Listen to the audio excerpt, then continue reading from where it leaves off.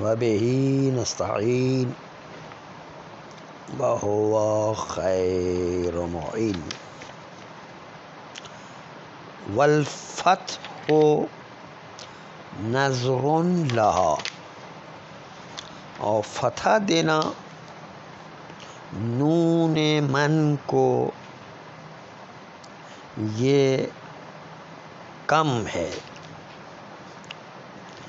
نون من کو فتح دینا کم ہے، ساکن کرنا زیادہ ہے. نون من کو فتح دینا، کیونکہ فہی مسکنتن آیا تھا نا، ساکن کرنا زیادہ ہے، لیکن کبھی کبھی اس نون کو فتح بھی دیا جاتا ہے. والفتح نظر لہا، فتح نظر یعنی قلیل ہے، لہا اس نون من کے لیے. ای قلیلون، نظر کا مطلب قلیلون. وصل الطاء والالف بمن اذا حکیت جمعا مؤنثا فقل مناتے. من کے اندر الف الطاء کو لے کر آئیں جمع مؤنث کی حکایت کرنے کے. کوئی شخص بہت ساری عورتوں کا عاشق ہو گیا ہو تو کہیں گے ذا بنسبت کلف، یعنی یہ شخص بہت ساری عورتوں کا عاشق ہے. تو کہیں گے کہ وہ عورتیں کون ہیں، تو اس وقت جو کیا کہیں گے مناتے. یہ مناتے یعنی وہ عورتیں کون ہیں، تو مناتے کی حکایت، مناتے کے ذریعے سے حکایت کی نسوہ کی، نکرہ کی، یعنی جمع مؤنث کی الف و تاء کے ذریعے سے حکایت کرے گی. وصل الطاء والالف، اور الف و تاء کو متصل کریں بمن، من کے ساتھ، مناتے. اذا حکیت، جب آپ حکایت کرتے ہیں مناتے کے ذریعے سے، جمعا مؤنثا، جمع مؤنث یعنی وہ عورتیں، فقل تو آپ کہیں گے مناتے. مناتے جو نسوہ کے لیے حکایت ہے. بِإِسْرِ قول شخص، اسر یعنی پیچھے، بعد میں، اسر یعنی اثر، یعنی قول ایک شخص کا ہے کہ اس کے بعد آپ یہ کہیں گے مناتے، اسر یعنی پیچھے. وہ قول کیا ہے ان شخص کا، کہیں گے ذا یعنی فلاں شخص بنسبت کلفا، کہ وہ عورتوں کا عاشق ہے، وہ بہت ساری عورتوں کا عاشق ہے. چنانچہ جب عورتوں کا عاشق ہے تو کہیں گے وہ کون سی عورتیں ہیں جس کا وہ عاشق ہے، تو یہ مناتے کون سی عورتوں کے بارے میں ہے. وصل بمن واوا او یاء و نونا، واو و نون یا یا و نون ملائیں گے من کے ساتھ جمع مذکر میں اور اس کی حکایت کریں گے. وصل بمن، من کے ساتھ متصل کرے، واوا و نونا و یاء و نونا، واو و نون یا و نون، حالت رفعی و نصبی و جری میں. وقل آپ کہیں گے حالت رفعی میں، منونا حالت رفعی میں، کہ جب آپ سے کوئی یوں کہتا ہے کہ جاء قوم بقوم، حیدرآباد سے قوم آئی کراچی کی قوم کے پاس، تو قوم مرفوع ہے، اس کو حکایت کرنا ہے تو کیسے تعبیر کریں گے، کہیں گے منونا، وہ قوم وہ قوم حیدرآباد سے آئی وہ کون لوگ ہیں. اگر بقوم کراچی کی قوم سے کہا جائے تو تو مجرور ہے تو منینا، اس کے لیے منینا آئے گا. تو دونوں حالت کے لیے قوم ہے. فرماتے ہیں کہ وصل بمن واون او یا ان ونونن وقل منون و منینا. پھر یہ مسکنن ساکن نون پڑھتے ہوئے، نون کو ساکن پڑھتے ہوئے تو ہو جائے گا کیا؟ منین، منون، اس طرح آخر میں ساکن کریں. للنون منہما، ان دونوں مثالوں کے اندر منین اور منون دونوں کے اندر جو ہے ساکن کریں نون کو. ان قیل، اگر آپ سے کہا جائے، کیا کہا جائے؟ جا قوم بقومن، قومن کے بعد ہے فتنا. فتنا جو ہے قوم کے لیے صفت ہے، جملہ فتن یعنی چالاک قوم، ہوشیار قوم کے پاس آئی. مثلا یہ ضرورت شعری کے لیے، اس کا خاص مطلب نہیں ہے، لیکن جو ہے وہ شعر کو مکمل کرنے کے لیے. ایک قوم دوسری قوم کے پاس آئی، اصل مطلب تو یہ ہے. تو قوم اول حیدرآباد والی، قوم دوم کراچی والی. مثلا تو حیدرآباد والی قوم کو حکایت کرنا تو کیا کہیں گے؟ منون. کراچی والی قوم کی حکایت کرنا ہو تو کیا کہیں گے؟ منین، نون کو ساکن کرتے ہوئے. یوں کہتے ہیں ان قیل جاء قوم بقومن، ایک قوم دوسری قوم کے پاس آئی. فتنا یا فتنا مختلف طریقے سے پڑھا گیا. فتنا، فتنا الف کے ساتھ بھی لکھا ہے، جو ہے اس میں مختلف طریقے. فتنا، نون زبر نا، الف الف اطلاقی ہو جائے گا، یا یہ بھی ہو سکتا ہے فتنن در حالت کی قوم، یا جو ہے وہ در حالت کی قوم جو ہے وہ چالاک قوم تھی، یہ بھی معنی لیا جا سکتا ہے. مختلف طریقے سے پڑھا. پیش کے ہاں تو ان کے اوپر پیش ہے. فتنا بھی ہو سکتا ہے مجہول، یعنی جس قوم کو چالاک قرار دیا گیا ہے، فتنا بھی پڑھ سکتے. ہاں جیسے بھی ہو، فتنا، فتنا یا فتنن بھی پڑھ سکتے ہیں مختلف طریقے سے. خیر، حاکین لہو، در حالت کہ آپ حکایت کرنے والے ہوں گے اس قومن کو. لہو یعنی قومن کو، جو حیدرآباد والی قوم. موافقاً لہو، در حالت کہ موافقت کریں گے آپ اس قوم کے ساتھ. فی الجمع، جمع میں یعنی منون. والاعراب، اعراب میں بھی وہ مرفوع، یہ منون بھی مرفوع لے کر آ گئے ہیں. اور حالت نصب جری میں تو منین دوسری والی قوم کے لیے. وَإِن تَصِل من بالکلام فلفظ من لا یختلف مطلقاً. اب دوسرے مرحلے میں آ گئے. کہتے من ابھی تک وقف پڑھ رہے تھے، یعنی اسی پر ٹھہر جاتے تھے. اب من آگے کلام بڑھے گا، یعنی اتصال و بعد والے کے ساتھ من بھی. تو پھر کہتے من ہمیشہ من ہی رہے گا، اس میں کوئی تبدیلی نہیں ہوگی. منونا، منینا، منانے، یہ نہیں ہوگا، بس من من رہے گا ہمیشہ. یہ کیونکہ اس بعد والے کے ساتھ متصل ہو رہا ہے، اس لیے. وَإِن تَصِل، اگر آپ متصل کر دیں من کو، تصل من کو متصل کر دیں بالکلام یعنی بعد والے کلام کے ساتھ. بالکلام کا مطلب کیا ہے؟ بعد والے کلام کے ساتھ اگر من کو متصل کر دیں. فلفظ من لا یختلف مطلقاً، تو لفظ من کبھی اختلاف نہیں کرے گا، ہمیشہ من من ہی رہے گا.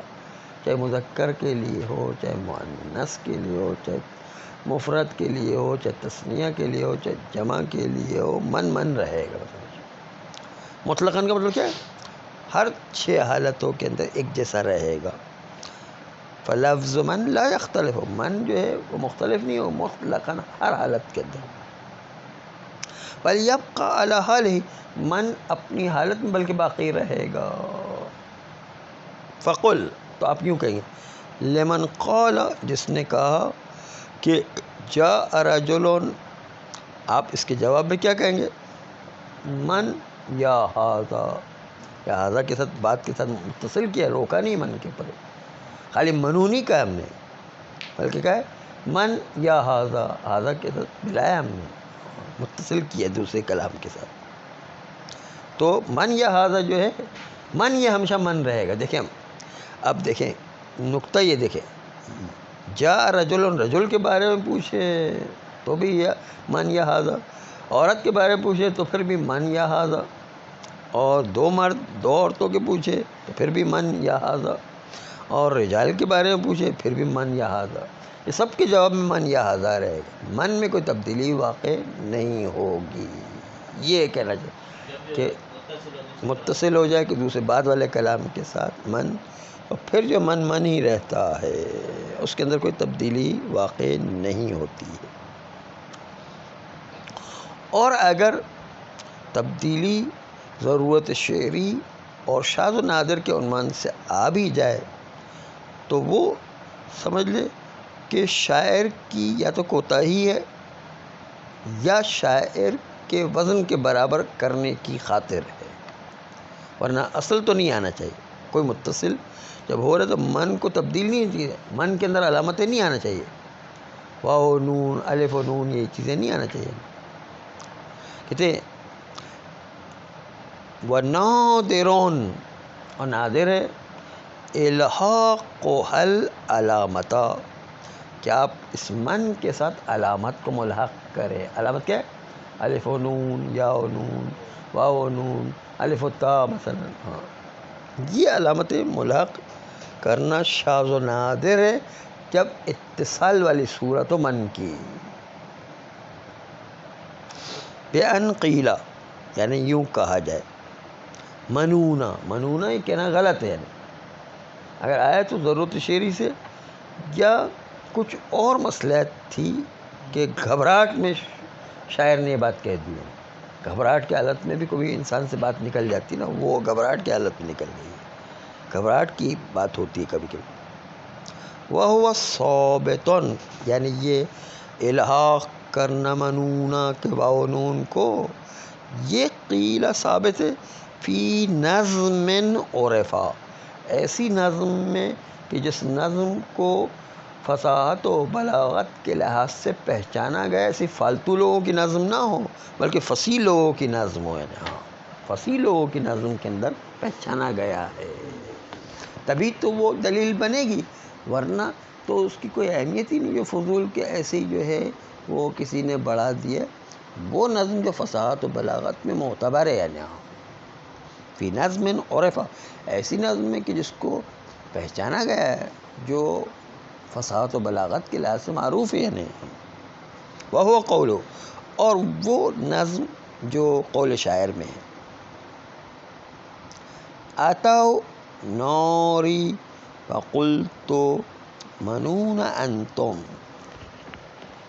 ایک دفعہ شاعر کہتے ہیں کہ بھائی سردی کا موسم تھا، میں اتفاق سے سردی کے موسم میں لکڑیوں پر تاپڑی کر رہا تھا، اپنے بدن کو گرم کر رہا تھا اکیلا اندھیرے میں. کسی ایک دم اچانک سے میں نے دیکھا میرا برابر میں آ کے کچھ لوگ بیٹھے ہوئے. میں گھبرا گیا، یہ کون لوگ ہیں؟ بالکل اجنبی ہیں. گھبرا کے میں منونا، تم لوگ کون ہوئے؟ منونا انتم، آپ لوگ کون ہو؟ وہ اصل میں اجنہ آ گئے تھے نا، گھبرا کے جو ہے وہ کہتے ہیں. تو یہ گھبراہٹ میں جو شاعر کی جو یہ بات نکل گئی، اصل میں وہ اپنا قاعدہ ہی بھول گئے. شاعر اپنا قاعدہ بھول گئے. تو یہ ہوتا ہے کبھی کبھی. ہاں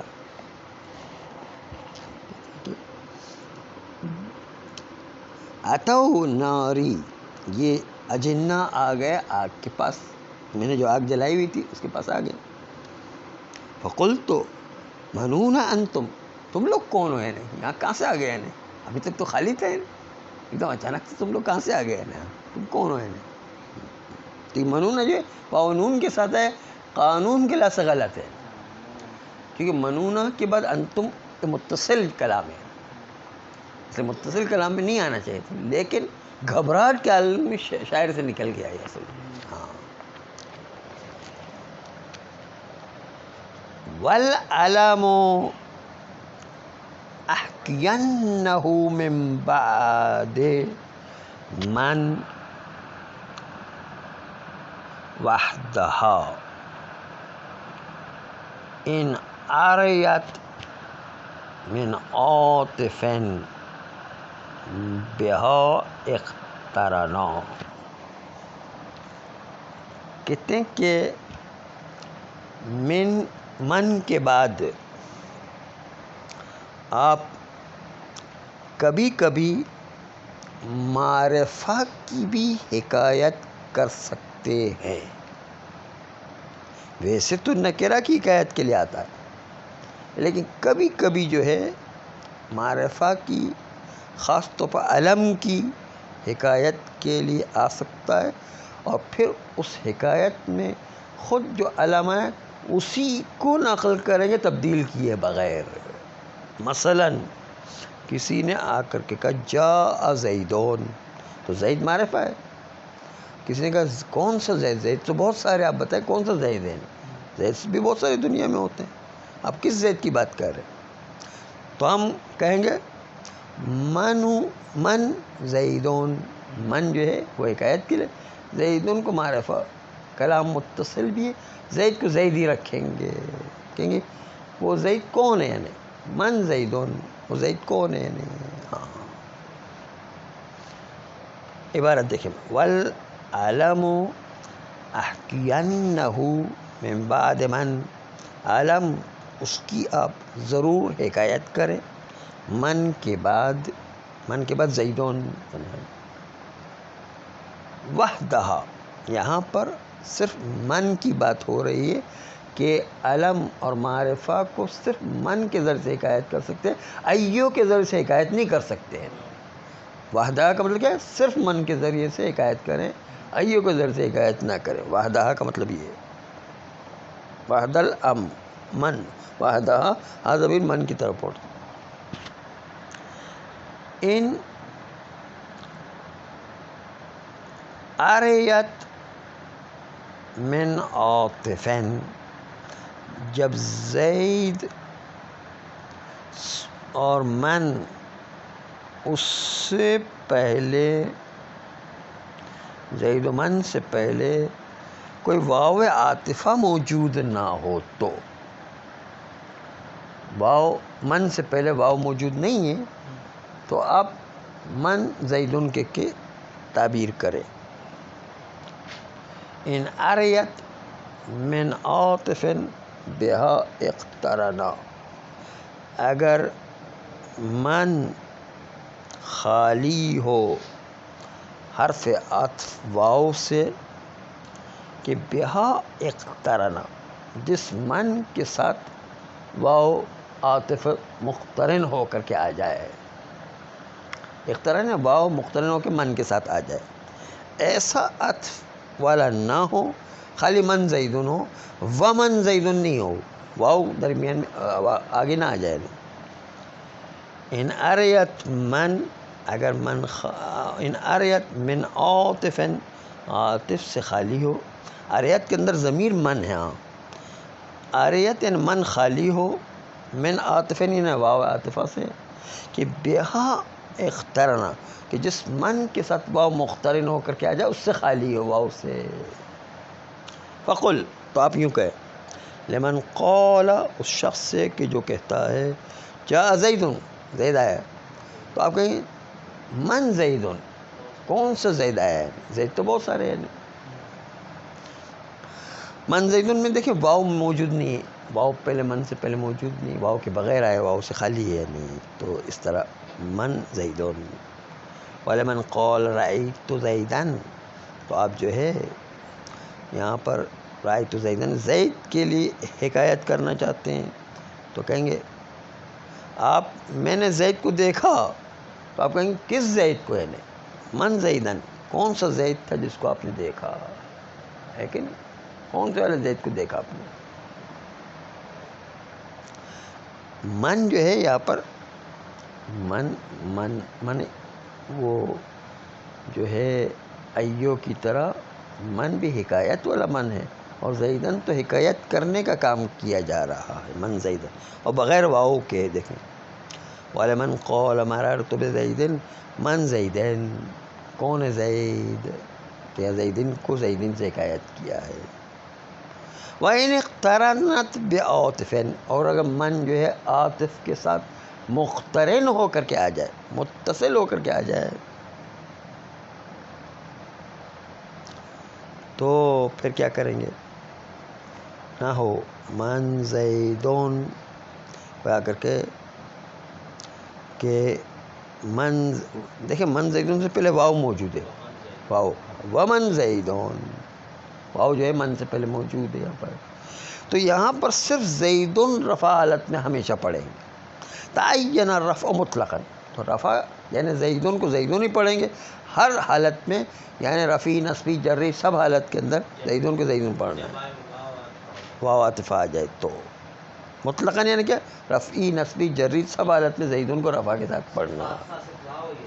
واو خالی ہو، کوئی بھی عاطف لکھا ہے، عاطف میں کوئی بھی آ سکتا ہے، عاطف میں کوئی بھی آ سکتا ہے، واو کے ساتھ مخصوص نہیں ہے. واو تو سمجھانے کے لیے ہے، بس مثال کو. تتمۃ لا يجوز حکایت غیر ما ذکر وأجاز یونس حکایت کل معرفت وقال المصنف ولا عالم له موافقا. کہتے ہیں کہ ہم نے ابھی آپ سے کہا کہ علم کو ہی صرف، معرفت تو 7 قسم کی معرفت ہے، نے صرف علم، باقی اور معرفہ کی بات نہیں کر رہے، صرف علم من کے ذریعے سے حکایت کیا جا سکتا. لیکن آئے یونس کہتے کہ نہیں، ہر معرفہ کو آپ حکایت کے طور پر من کے ذریعے سے لے کر آ سکتے ہیں. اور مصنف یونس کے جواب دیتے ہوئے کہتے ہیں کہ نہیں، ہمیں کوئی یونس کی بات کی تائید کے لیے نہ قرآن سے دلیل ملی، نہ فصاحت و بلاغت کے عرب کے کلام سے کوئی دلیل ملی ہے. کہتے ہیں تتمۃ، تتمہ یہ من یعنی جو ہے حکایت، لا یجوز حکایت غیر ما ذکر، جائز نہیں حکایت کرنا غیر اس علم کا کہ جس کو ذکر کیا گیا، اس کے علاوہ باقی کی حکایت کرنا جائز نہیں ہے. جائز نہیں ہے، یہ آغا مصنف کی بات ہے، شارح کی بات. وَأَجَازَ يُونُسُ حکایت کل معرفت، لیکن یونس کہتے ہیں نہیں، ہر معرفہ کو حکایت کیا جا سکتا ہے، علم و غیر علم جتنے بھی ہیں سب معرفہ، ہاں سب معرفہ کی حکایت ہو سکتی ہے. قال المصنف، مصنف یعنی ملا جلال جو کہتے ہیں ولا اعلم له موافقا، ہمیں پتہ نہیں چل سکا ہے کہ یونس کی کوئی بات موافق ہو کلام لغت عرب سے، یہ ابھی تک کوئی تائید نہیں ملی ہے، احتمال وہ دیا جا سکتا ہے. بہرحال صلی اللہ علیہ وسلم.